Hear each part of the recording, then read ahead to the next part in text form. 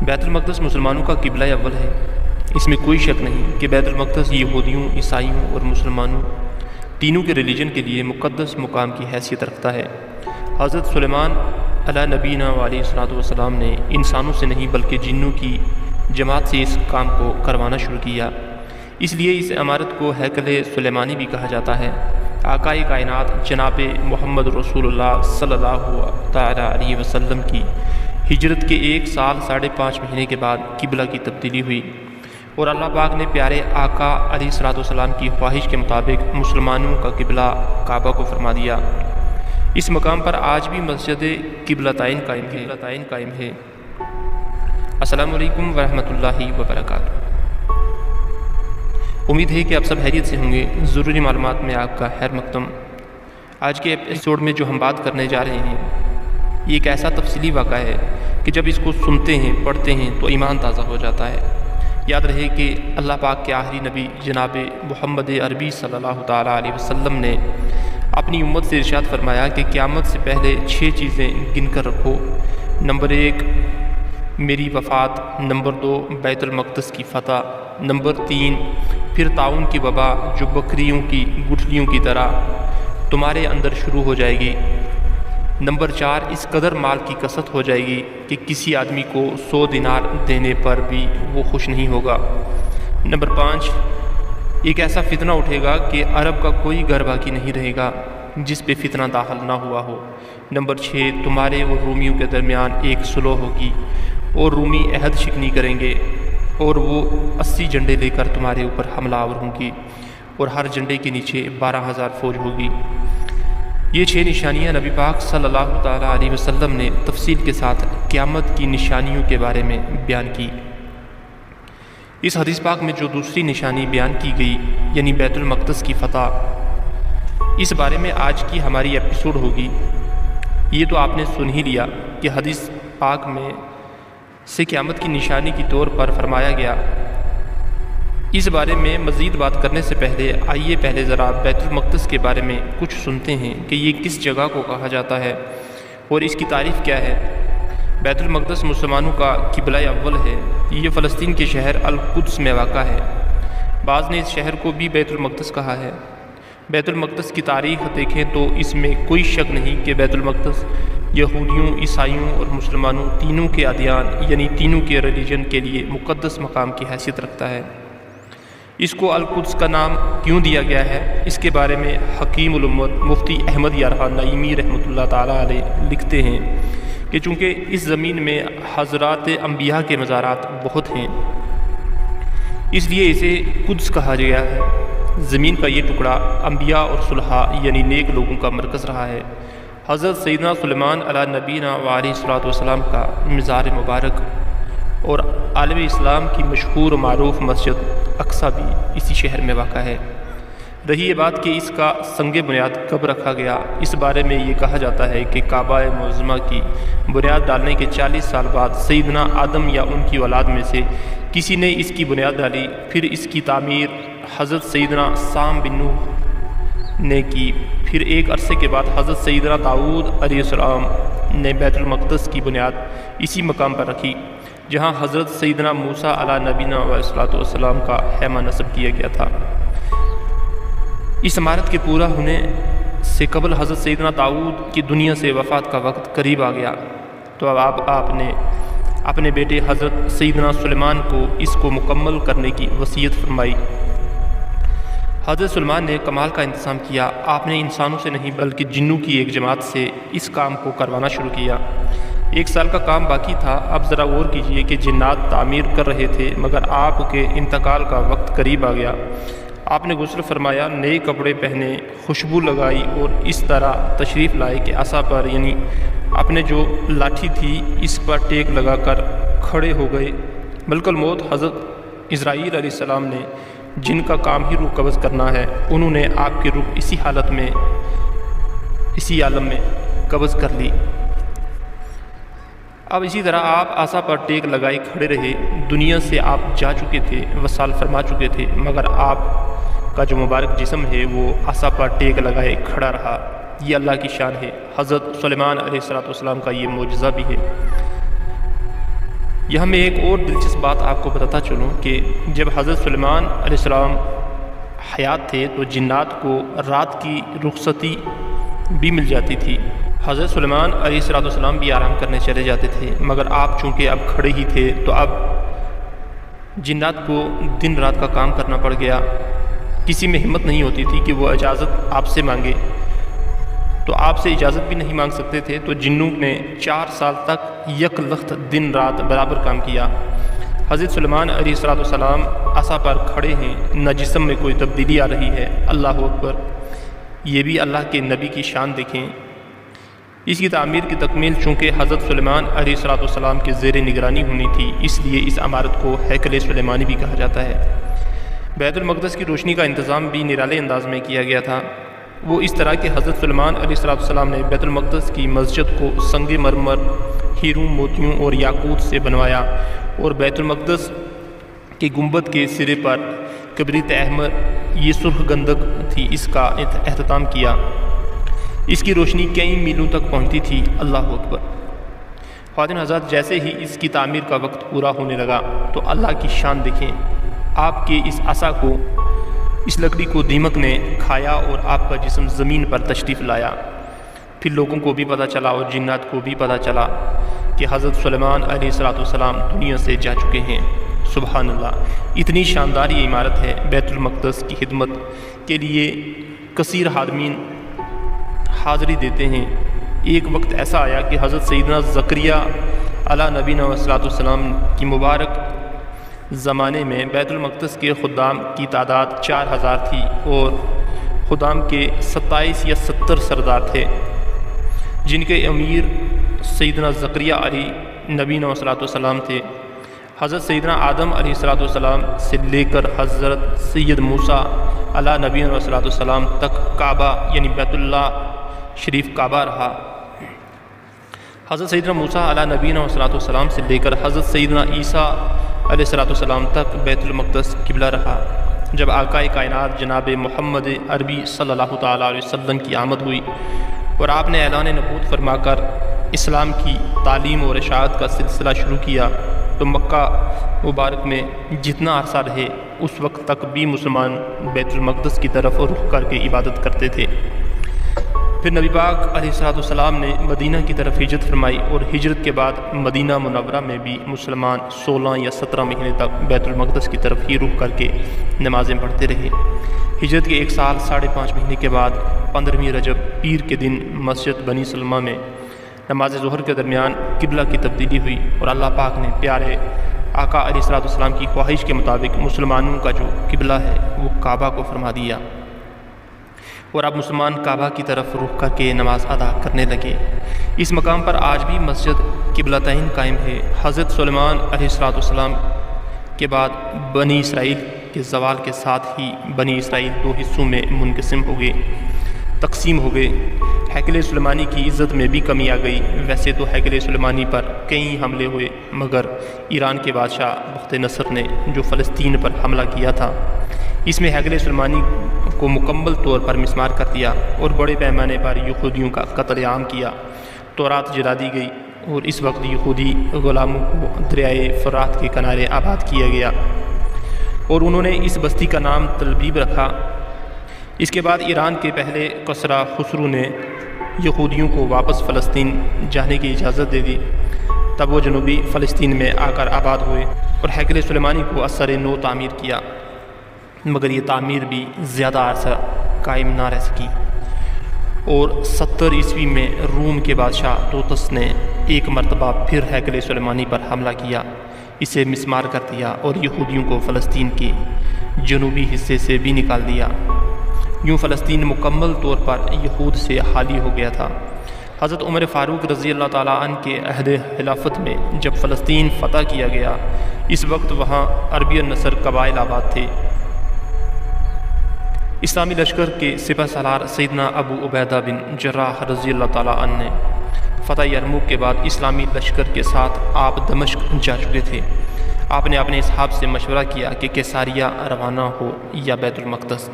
حضرت سیدنا معاذ بن جبل رضی اللہ تعالیٰ عنہ کے مشورے پر عمل کرتے ہوئے سیدنا فاروق اعظم رضی اللہ تعالیٰ عنہ کی بارگاہ میں ایک مکتوب روانہ کیا گیا، دونوں شہروں میں سے کسی شہر کا انتخاب کیا جائے۔ سیدنا فاروق اعظم رضی اللہ تعالیٰ عنہ نے جلیل القدر صحابہ کرام علیہم الرضوان سے جب مشورہ کیا تو مولا علی شیر خدا کرم اللہ تعالیٰ وجہ الکریم نے فرمایا کہ اے امیر المومنین، آپ اسلامی لشکر کو بیت المقدس کی طرف روانگی کا حکم دیں۔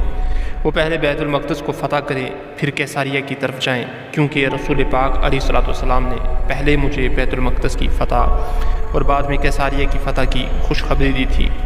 یہ سن کر سیدنا فاروق اعظم رضی اللہ تعالیٰ عنہ نے فرمایا کہ اے ابو الحسن، آپ نے سچ کہا۔ پھر سیدنا ابو عبیدہ بن جراح رضی اللہ تعالیٰ عنہ کی طرف پہلے بیت المقدس اور پھر کیساریہ روانگی کا حکم لکھ کر روانہ کر دیا۔ خواتین حضرات، ہے نا بڑی عجیب داستان، بڑی ایمان افروز داستان۔ سیدنا ابو عبیدہ بن جراح رضی اللہ تعالیٰ عنہ نے جیسے ہی امیر المومنین کا مکتوب ملا، آپ نے روزانہ 5000 مجاہدین لشکر بیت المقدس روانہ شروع کر دیے۔ بیت المقدس کا جو قلعہ تھا وہ بڑا مضبوط تھا۔ رومیوں نے یرموک کا حال سن کر پوری تیاری کر رکھی تھی۔ اسلامی لشکر کے جاتے ہی انہوں نے قلعے کا محاصرہ کیا۔ حضرت ابو عبیدہ بن جراح رضی اللہ تعالیٰ عنہ کے حکم سے روزانہ اس فورٹ پر، اس قلعے پر حملہ کیا جاتا۔ 11 دن تک حملہ کرتے رہے مگر کوئی خاص پیش رفت نہ ہوئی۔ 11ویں دن خود سیدنا ابو عبیدہ بن جراح رضی اللہ تعالیٰ عنہ سیدنا خالد بن ولید رضی اللہ تعالیٰ عنہ تشریف لائے۔ مجاہدین نے تکبیر و تحلیل کی صدائیں بلند کی، خوب نعرے لگائے تو رومیوں کو بھی معلوم ہو گیا کہ اسلامی لشکر کا کوئی بڑا سردار آ گیا ہے۔ وہ سب پریشان ہوئے، اپنے سب سے بڑے راہب کمامہ کے پاس گئے اور ساری صورتحال بیان کی۔ جب اسے معلوم ہوا کہ مسلمانوں کا سردار آ گیا ہے، وہ بہت پریشان ہوا اور کہنے لگا اب تمہاری ہلاکت نزدیک ہے، کیونکہ میں نے پچھلی کتابوں میں پڑھا ہے کہ ملک شام کو محمد رسول اللہ صلی اللہ تعالیٰ علیہ وسلم کا ایک سرخ رنگ کا صحابی فتح کرے گا۔ اگر یہ وہی سردار ہے تو صلح کے علاوہ اب تمہارے پاس کوئی دوسری صورت نہیں ہے۔ پھر وہ اسلامی لشکر کے سپہ سالار کو دیکھنے کے لیے دیوار پر آیا۔ سیدنا ابو عبیدہ بن جراح رضی اللہ تعالیٰ عنہ کو بلایا۔ آپ رضی اللہ تعالیٰ عنہ جب آگے گئے تو ان سے بھی وہی بات کی۔ حضرت ابو عبیدہ بن جراح نے کہ یہ تو تم اسلام قبول کر لو یا جزیہ دے کر ایمان حاصل کر لو، یا پھر ہم سے جنگ کرنے کے لیے تیار ہو جاؤ۔ کمامہ نے سیدنا ابو عبیدہ بن جراح رضی اللہ تعالیٰ عنہ کی بات کا کوئی جواب نہ دیا، فقط خاموشی سے وہ بس آپ کو دیکھتا رہا اور پھر واپس چلا گیا۔ اس نے اپنی قوم سے کہا کہ یہ وہ شخص نہیں ہے جس کے بارے میں نے کتابوں میں پڑھا ہے، لہٰذا تم اس سے جنگ کرتے رہو، یہ تمہارا کچھ بھی نہیں کر سکتے۔ سیدنا ابو عبیدہ بن جراح رضی اللہ تعالیٰ عنہ نے بھی وہاں سے واپس آ کر اسلامی لشکر کو جنگ کا حکم دے دیا۔ روزانہ اسلامی لشکر اس فورٹ پر، اس قلعے پر حملہ کرتا، رومی تیروں کی برسات کرتے، دونوں طرف سے جانی نقصان بھی ہوتا، سپاہی زخمی بھی ہوتے۔ لڑائی 4 ماہ تک جاری رہی۔ اہل شہر تنگ آ گئے، وہ دوبارہ اپنے جو سردار تھا کمامہ اس کے پاس گئے، ساری صورتحال بیان کی۔ وہ علی راہب جو تھا وہ پھر قلعہ کی دیوار پر آیا اور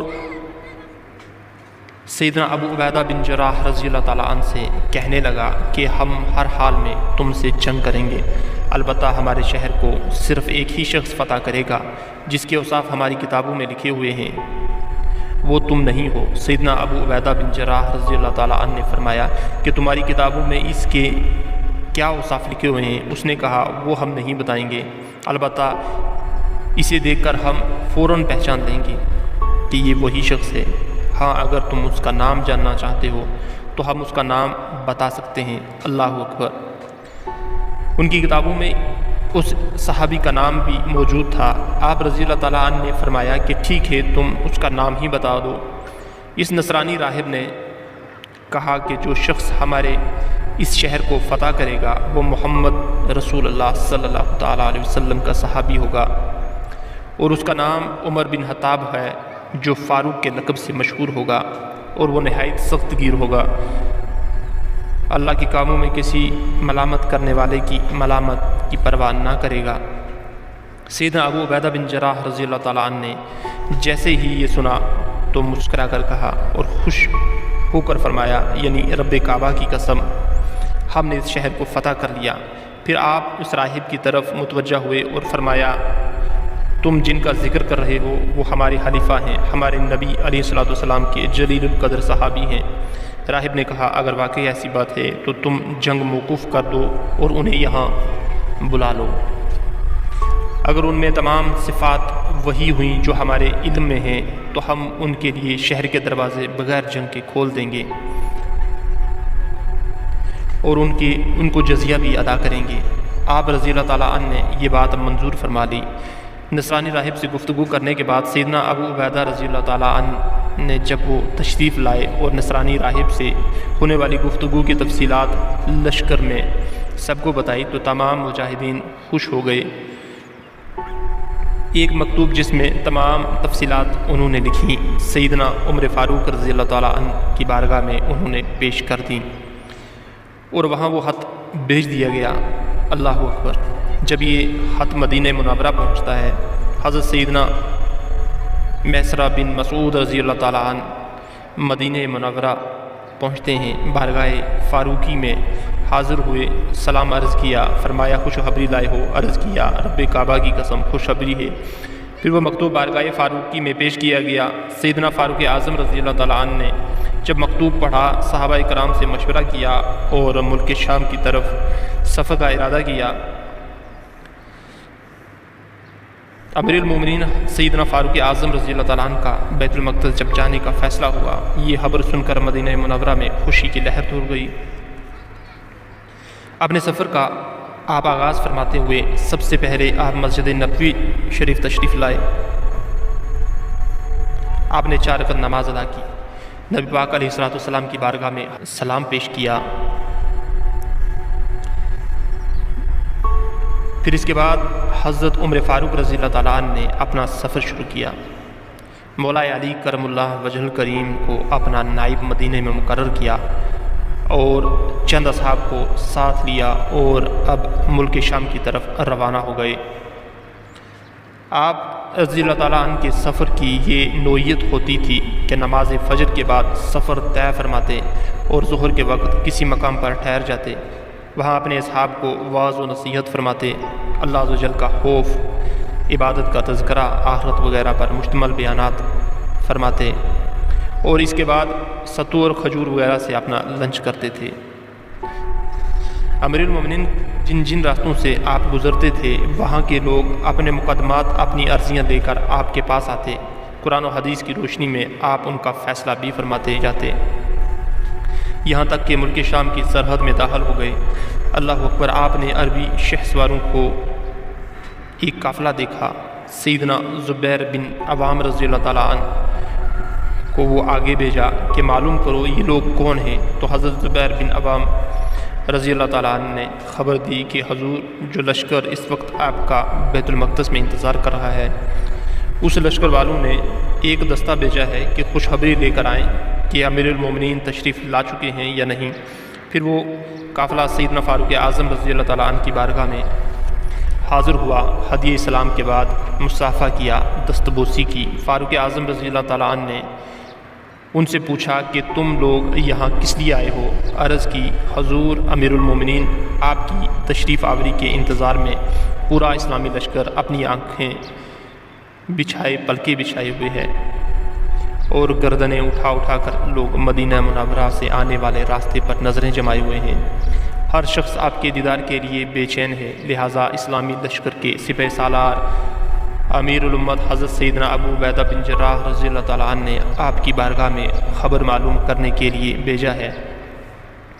حضور اگر آپ اجازت دے دیں تو میں جلدی واپس جا کر لشکر کو آپ کی آمد کی خوشخبری سنا دوں۔ آپ رضی اللہ تعالیٰ عنہ نے اس سے اجازت دے دی۔ اس قافلے نے لشکر اسلام میں پہنچ کر سب کو خبر دے دی کہ الحمدللہ امیر المومنین شام کی حدود میں داخل ہو گئے ہیں۔ ہر شخص چاہتا تھا کہ وہ جائے استقبال کے لیے، مگر سیدنا ابو عبیدہ بن جراح رضی اللہ تعالیٰ عنہ نے لشکر کو وہیں ٹھہرنے کا حکم دیا اور خود امیر المومنین کی بارگاہ میں استقبال کے لیے حاضر ہو گئے۔ سیدنا ابو عبیدہ بن جراح رضی اللہ تعالیٰ عنہ کا قافلہ امیر المومنین کے اس مدینے سے آنے والے مدنی قافلے سے ملا۔ سیدنا ابو عبیدہ بن جراح اونٹنی پر سوار ہو کر آئے تھے۔ آپ نے اپنی اونٹنی بٹھائی، نیچے اترے، امیر المومنین کی خدمت میں ہدیہ اسلام پیش کیا، مصافحہ کیا، گلے ملے۔ بقایا اصحاب نے بھی اسی طرح ملاقات کی۔ پھر یہ قافلہ اسلامی لشکر کی طرف روانہ ہوا۔ اللہ اکبر! سوچئے کیسا منظر ہوگا جب یہ قافلہ بیت المقدس پہنچا۔ مجاہدین نے نہایت شاندار استقبال کیا۔ تمام مجاہدین نے آپ سے ملاقات کی، آپ کی دست بوسی کی۔ پھر آپ نے ان سے نہایت فصیح و بلیغ خطبہ بھی دیا۔ تمام مجاہدین کو اعمال صالحہ، تقویٰ اور پرہیزگاری وغیرہ اختیار کرنے کی نصیحت اور تنبیہ فرمائی۔ خطبے سے فارغ ہو کر سیدنا ابو عبیدہ بن جراح رضی اللہ تعالیٰ عنہ نے ملک شام کے جنگوں کا بالتفصیل بیان کیا، جنہیں سن کر فاروق اعظم رضی اللہ تعالیٰ عنہ کبھی روتے اور کبھی خوش ہوتے۔ دونوں میں گفتگو ہوتی رہی، یہاں تک کہ ظہر کا وقت ہو گیا۔ مؤذن رسول سیدنا بلال حبشی رضی اللہ تعالیٰ عنہ، جو نبی پاک علیہ الصلوۃ والسلام کہ دنیا سے پردہ فرمانے کے بعد مدینہ طیبہ سے ملک شام چلے آئے تھے، لشکر اسلام میں شامل ہو کر وہ بھی جہاد میں مصروف ہو گئے تھے۔ حضرت جناب رسول اللہ صلی اللہ تعالیٰ علیہ وسلم کی وصال ظاہری کے بعد آپ نے اذان کہنا چھوڑ دی تھی۔ اپنے آقا مولا علیہ الصلوۃ والسلام کی جدائی اور فرقت کے رنج میں وہ ایسے شکستہ دل تھے کہ اذان دیتے وقت انہیں سخت غم اور رنج لاحق ہو جاتا تھا۔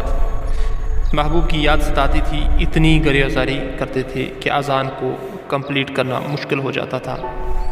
جب نماز ظہر کا وقت ہوا، تمام مجاہدین نے امیر المومنین سے عرض کی کہ حضور حضرت بلال بھی موجود ہیں، ہم چاہتے ہیں کہ حضرت بلال کی آواز میں اذان سنیں۔ نبی پاک علیہ الصلوۃ والسلام کے زمانے مبارکہ کی یاد تازہ ہو جائے گی۔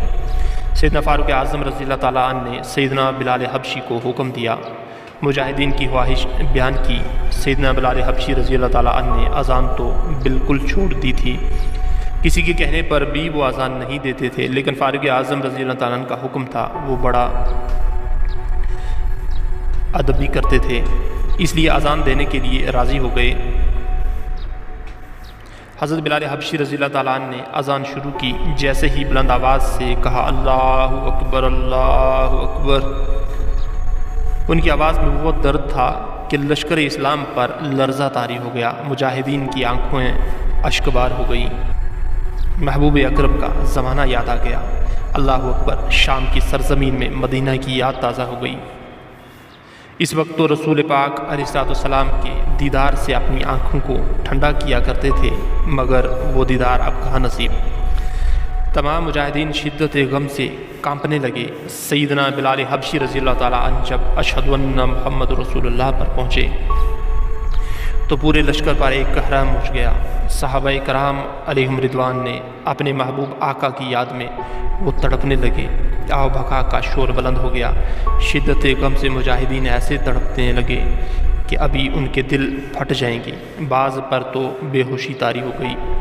فاروق اعظم رضی اللہ تعالیٰ عنہ پر بھی گریہ طاری تھا۔ حضرت بلال حبشی رضی اللہ تعالیٰ عنہ کی حالت بھی ناقابل برداشت تھی۔ ایسا لگتا تھا کہ وہ اذان پوری نہ کر پائیں گے۔ اس اسلامی لشکر پر غم و اضطراب کی وہ کیفیت طاری تھی کہ رونے اور چیخنے کے سوا کچھ سنائی ہی نہ دیتا تھا۔ بہرحال سیدنا بلال حبشی رضی اللہ تعالیٰ عنہ نے اذان مکمل کی۔ بہت دیر تک صحابہ کرام محبوب کریم علیہ الصلوۃ والسلام کی یاد میں روتے رہے۔ بلاخر اللہ کریم نے سب کو تسکین عطا فرمائی۔ فاروق اعظم رضی اللہ تعالیٰ عنہ نے پورے لشکر کو نماز پڑھائی، پھر قلعہ بیت المقدس کی طرف جانے کا ارادہ فرمایا۔ جب آپ نے بیت المقدس کی طرف روانگی کا ارادہ فرمایا تو بکری کے بالوں سے بنا ہوا لباس پہنا،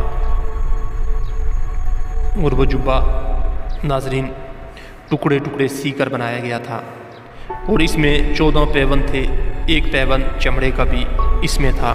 اتنا سادہ لباس تھا۔ اسلامی لشکر کے تمام سرداروں نے آپ سے گزارش کی، حضور آج تو بڑا اہم دن ہے، آپ اچھے کپڑے آج زیب تن کیجئے، اچھے گھوڑے پر سوار ہوں، آج آپ کو بیت المقدس کہ جو لوگ ہیں ان سے ملنا ہے اور انشاءاللہ ہمیں فتح ملنی ہے۔ جب لوگوں نے بڑا اصرار کیا تو آپ راضی ہو گئے اور مصر کے اعلیٰ قسم کا سفید لباس پہن کر گھوڑے پر سوار ہو گئے۔ اسلامی لشکر کے ساتھ آپ بیت المقدس کے قلعے کی جانب روانہ ہوئے۔ ابھی چند قدم ہی چلے تھے ناظرین کہ آپ کے چہرے پر گھبراہٹ کے آثار ہو گئے۔ آپ کو ایسا لگتا تھا جیسے آپ کو بڑی سخت تکلیف ہو گئی ہے۔ آپ کے چہرے کا رنگ تبدیل ہو گیا۔ سواری کو رکوایا، فوراً گھوڑے سے نیچے آئے اور فرمایا اللہ عز و جل مجھے معاف فرمائے۔ قریب تھا کہ میں ہلاک ہو جاتا، کیونکہ ایسے پرتکلف اتنے قیمتی لباس کو پہن کر میرے دل میں عجب اور تکبر داخل ہو گیا تھا۔ میں نے اللہ عز و جل کے محبوب علیہ الصلوۃ والسلام کو یہ فرماتے سنا ہے کہ جس کے دل میں ذرہ برابر بھی تکبر ہوگا وہ جنت میں داخل نہیں ہوگا۔ تمہارے اعلیٰ اور سفید لباس نے مجھے ہلاکت میں ڈال دیا۔ پھر آپ نے وہ لباس اتار دیا اور اپنا پرانا 14 پیوند والا لباس زیب تن فرمایا۔ فاروق اعظم رضی اللہ تعالیٰ عنہ بیت المقدس کے قریب پہنچ گئے۔ خواتین حضرات ذرا غور کیجئے، یہ تھے امیر المومنین۔ آج فتح کا دن تھا، آج دوسرے لفظوں میں ریوارڈ کا دن تھا، عزت کے بڑھنے کا دن تھا۔ پھر بھی عاجزی ہے، پھر بھی خوف خدا ہے، پھر بھی نبی پاک کی یاد میں، یاد رسول میں آنسو بھی بہہ رہے ہیں۔ نمازیں بھی پڑھی گئیں، بیان بھی کیا گیا، اللہ کی یاد بھی دلائی گئی، خوف بھی دلایا گیا اور اپنے آپ کو تکبر سے بچایا بھی گیا۔ یہ ہم سب کے لیے کتنا بڑا درس ہے جن کو اللہ نے نوازا ہے۔ اگر اللہ نے دنیا کی نعمتیں دی ہیں تو اس کا مطلب یہ نہیں کہ تکبر کیا جائے اور ان خوشیوں میں کھو جایا جائے۔ آج معاملہ یہ ہے ناظرین کہ جس کے گھر میں خوشی ہوتی ہے، جس کو کوئی سیلیبریشن ملتی ہے، وہ اس کے ساتھ ہی نافرمانی اللہ کی شروع کر دیتا ہے۔ ایسا لگتا ہے کہ ہماری خواہش اور اللہ کی نافرمانی یہ لازم و ملزوم ہو گئی ہے۔ اچھا خاصا نیک نمازی بھی ہوتا ہے، اگر اس کے گھر میں جب خوشی کا موقع آتا ہے تو وہ کچھ ہوتا ہے جو بیان نہیں کیا جا سکتا۔ یہ بہت بڑی بے وقوفی ہے ناظرین کہ اللہ کریم خوشیاں عطا فرمائے اور ہم اس کی نافرمانی کریں۔ ایسا نہ کیا کریں۔ جب جب رب کی عطا ملے زیادہ شکر ادا کیا کریں، زیادہ سجدے کیا کریں، صدقہ کیا کریں اور گناہوں سے بچیے۔ بہرحال فاروق اعظم رضی اللہ تعالیٰ عنہ بیت المقدس کے قلعے کے قریب پہنچے تو وہاں موجود مجاہدین نے اب تکبیر و تحلیل کی صدائیں بلند کی، خوب اللہ اکبر کے نعرے لگائے۔ جب یہ شور سنا اور بیت المقدس کے اندر جو لوگ تھے وہ حیران ہو گئے کہ جنگ تو موقوف ہو گئی تھی، کیا مسلمانوں نے پھر حملہ کر دیا؟ نصرانی راہب کمامہ نے جب وہ آوازیں سنی اور خادمین کو بھیجا کہ معلوم کریں کہ معاملہ کیا ہے، تو پتہ چلا کہ اسلامی لشکر کے سب سے بڑے سردار امیر المومنین حضرت عمر بن خطاب رضی اللہ تعالیٰ عنہ تشریف لائے ہیں۔ نصرانی راہب دیوار پر آیا اور اسلامی لشکر میں پیغام بھیجا کہ حضرت عمر بن خطاب رضی اللہ تعالیٰ عنہ کی زیارت اور شناخت کرنا چاہتے ہیں، انہیں قلعے کے قریب لایا جائے۔ سیدنا فاروق اعظم رضی اللہ تعالیٰ عنہ بغیر اسلحہ کے اکیلے ہی قلعے کے قریب جانے لگے تو بعد میں یہ فیصلہ ہوا کہ حضرت ابو عبیدہ بن جراح رضی اللہ تعالیٰ عنہ بھی ساتھ جائیں۔ آپ اپنے اونٹ پر سوار تھے، ہاتھ میں ایک درہ تھا۔ جب دیوار کے قریب پہنچے تو اس نصرانی راہب نے آپ کو بڑے غور سے دیکھنا شروع کر دیا۔ تھوڑی دیر بعد راہب کمامہ نے بلند آواز سے شور کرتے ہوئے اپنی قوم کو پکار کر کہا، خدا کہ یہ وہی شخص ہیں جن کی صفات ہم نے اپنی کتابوں میں پڑھی ہیں اور ان کے ہاتھوں پر ہمارا شہر فتح ہوگا۔ پھر اس کمامہ نے اپنی قوم کو جھڑکتے ہوئے اور ڈانٹتے ہوئے کہا کہ سختی ہو تم پر، یہ کیا تاخیر ہے، قلعے سے جلدی اترو، ان کے پاس آ جاؤ، ان سے امان اور ذمہ داری حاصل کرو۔ خدا کی قسم محمد بن عبداللہ علیہ السلام کہ یہ صحابی ہیں۔ جب رومیوں نے کمامہ کا فرمان سنا تو وہ جلدی جلدی قلعے کی دیوار سے اترے، ان پر امن و امان اور اس کا روانہ جاری کر دیا۔ عہد و پیمان ہو گئے۔ دوسرے دن آپ رضی اللہ تعالیٰ عنہ نے بعد نماز فجر عظیم الشان فتح و نصرت کے ساتھ بیت المقدس کے قلعے میں داخلہ فرمایا۔ اس کے بعد کئی سو سال تک بیت المقدس مسلمانوں کے قبضے میں رہا۔ بعد ازاں تقریباً 11ویں صدی عیسوی میں بیت المقدس عیسائیوں کے قبضے میں چلا گیا۔ جیسے سلطان صلاح الدین ایوبی رضی اللہ تعالیٰ عنہ نے 1187 عیسوی میں دوبارہ فتح کیا اور بیت المقدس دوبارہ مسلمانوں کے قبضے میں آ گیا۔ پہلی جنگ عظیم تک ترک عثمانیہ خلافت کے زیر انتظام رہا۔ اللہ پاک ہمیں اپنی نعمتوں کا شکر بجا لانے کی توفیق عطا فرمائے اور ہمیں پھر قبلہ اول نصیب فرمائے۔ بہرحال ہم نے یہ جو آج کا ایپیسوڈ سنی بیت المقدس کی فتح، اس کا مطلب یہ ہوا کہ یہ نشانی پہلے بھی ہو چکی ہے اور ہم اللہ سے دعا کرتے ہیں کہ ایک بار پھر ہمیں بیت المقدس مسلمانوں کا قبلہ اول نصیب فرمائے۔ پھر ملاقات ہوگی ایک نئی ویڈیو کے ساتھ، تب تک کے لیے اجازت دیجیے۔ اللہ حافظ۔